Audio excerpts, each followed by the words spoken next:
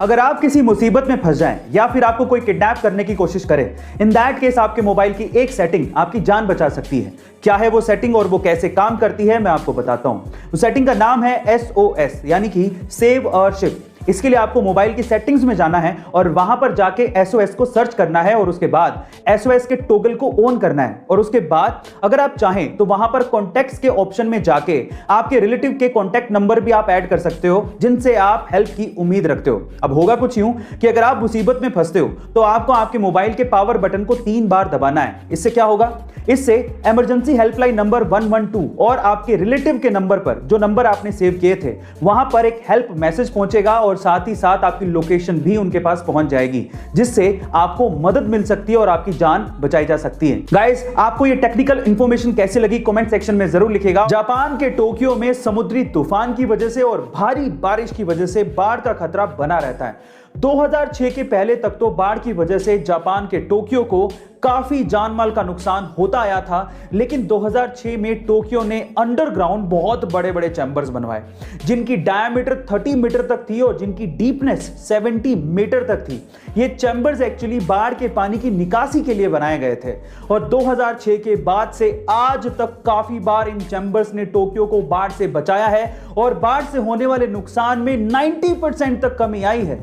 Guys, क्या आपको भी लगता है कि ऐसी मेगा स्ट्रक्चर्स भारत में भी कहीं ना कहीं बनानी चाहिए? कमेंट सेक्शन में जरूर लिखिएगा। कौन बनेगा करोड़पति, ये शो जिस रियल शो से इंस्पायर्ड है उसका नाम है who wants to be a millionaire. और who wants to be a millionaire का जो पहला विनर था, जो वाकई में इस शो की वजह से मिलियनेयर बना था, उसका नाम है जॉन कारपेंटर, जिन्होंने 1999 में इस शो को जीता था। लेकिन मजे की बात यह है कि जॉन कारपेंटर ने लास्ट क्वेश्चन के पहले तक एक भी लाइफलाइन यूज नहीं की थी।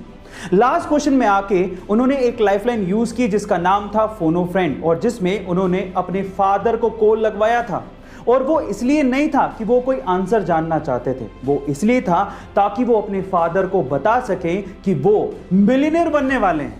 Oh my God, what a level of confidence। Guys, आपको इंफॉर्मेशन कैसे लगी? दुनिया भर में प्रेगनेंसी का पता लगाने के लिए करोड़ों प्रेगनेंसी टेस्ट किट्स का हर दिन इस्तेमाल होता है और प्रेगनेंसी किट्स प्लास्टिक की बनी हुई होती हैं, जिससे बहुत ज़्यादा प्लास्टिक वेस्ट इकट्ठा हो जाता है, जो कि हमारे एनवायरनमेंट के लिए कितना खतरनाक है वो तो आप जानते ही हैं। तो अब इसका सोल्यूशन क्या है? अब इसका सोल्यूशन निकाला है कुछ स्टूडेंट्स ने मिलकर, जिन्होंने पेपर से बनी हुई प्रेगनेंसी किट्स बनाई हैं जो कि बायोडिग्रेडेबल है। यानी कि अगर आप उन्हें इस्तेमाल करने के बाद पानी में फ्लश भी कर देंगे तो वो अपने आप से पानी में ही खत्म हो जाएगी, जिससे करोड़ों टन प्लास्टिक का वेस्ट इकट्ठा नहीं होगा और इससे हमारी अर्थ को और उसके एनवायरनमेंट को बचाया जा सकेगा। गाइस, आपको बायोडिग्रेडेबल प्रेगनेंसी किट का ये आइडिया कैसा लगा कमेंट सेक्शन में जरूर लिखिएगा। 21वीं सदी का इंसान तरक्की तो बहुत कर रहा है, लेकिन उसकी मोरल वैल्यूज घटते जा रही हैं। मान लीजिए कि अगर ऐसे ही किसी का सामान कहीं पे छूट जाए या फिर किसी दुकान पर दुकानदार का ध्यान थोड़ा सा भी भटक जाए ना,